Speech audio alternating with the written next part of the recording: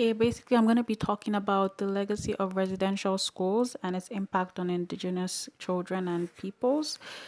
It was a while ago that the residential school system became established, and it was established for a lot of reasons. So basically, it stood out because, especially, it stood out. The residential schooling has stood out as especially damaging to the indigenous people. It was actually intended to eradicate the language, cultural traditions, and spiritual beliefs of indigenous children so that they could assimilate them into the Canadian society.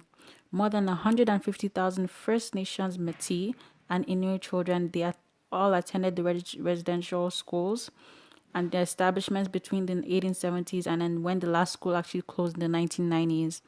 And the explicit purpose of the residential school system was to civilize and Christianize Aboriginal children. So, in addition to these cultural and social effects, being forcibly displaced because the children were displaced, they were forced to go to school and they were all displaced. And then the many children suffered from physical, sexual, psychological, and spiritual abuse while attending these schools. And it had a lot of enduring effects such as health problems.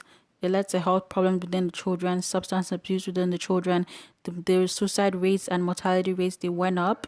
The criminal activity went up, and then disintegration of families and communities as well. The lot of families and communities were disintegrated, and this was the residential schools were severely underfunded, which they were providing poor nutrition and living conditions for the children in their care, which led to illness and death. Over 3,000 children died from just going to residential schools because of the impact that the residential schools had on the children. It was a really terrible time for them. So this residential schools they weren't good at all.